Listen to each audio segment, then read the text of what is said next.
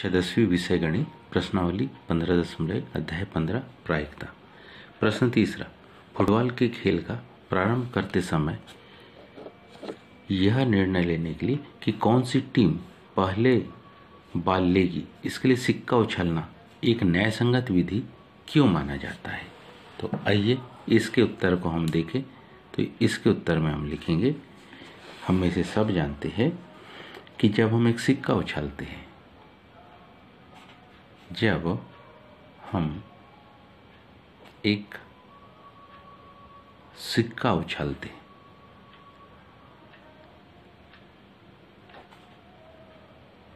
जब हम सिक्का उछालते तो चित्त और पट दोनों, तो क्या चित्त, जिसको कि हम अंग्रेजी में क्या कहते हैं, हेड, चित्त एच, और पट मतलब टेल, आने का पर जो परिणाम होता है, इसके आने का क्या, जो हमारे पास परिणाम कैसा होता है, समसंभावी। जितनी संभावना हेड आने की है उतनी ही संभावना टेल आने की भी है, इसलिए परिणाम को क्या कहते हैं, हम समसंभावी है। और जब परिणाम समसंभावी है, इसलिए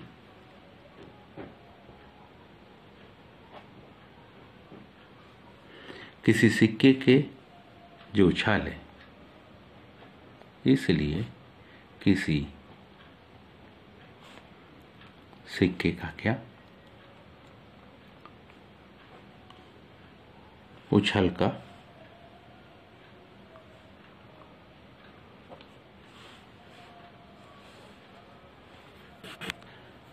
का जो परिणाम होता है,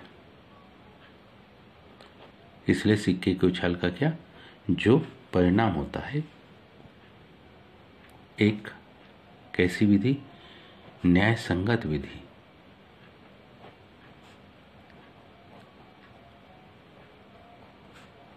माना जाता है।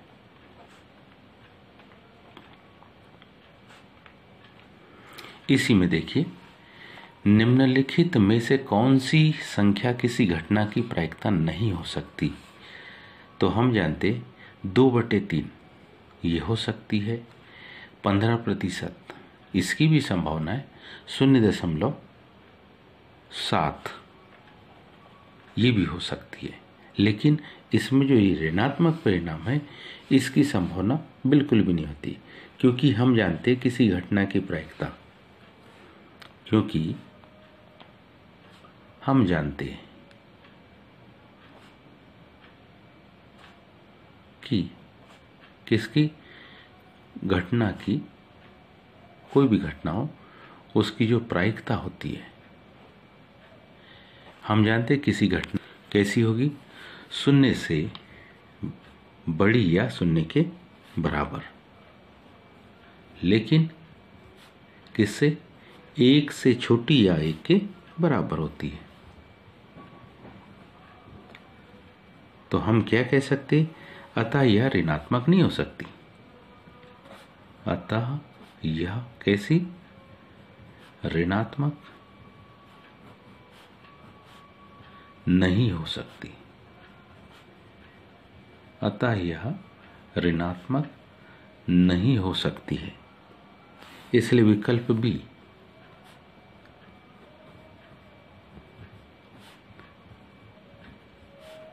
विकल्प बी में क्या है, ऋण 1.5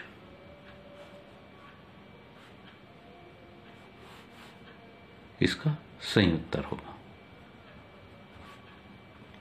यानी कि क्या, ऋण 1.5 हो ही नहीं सकती, इसलिए इसका सही उत्तर है। उम्मीद है आप सबको ये समझ में आया होगा। आज के लिए इतना ही, शेष कल, धन्यवाद।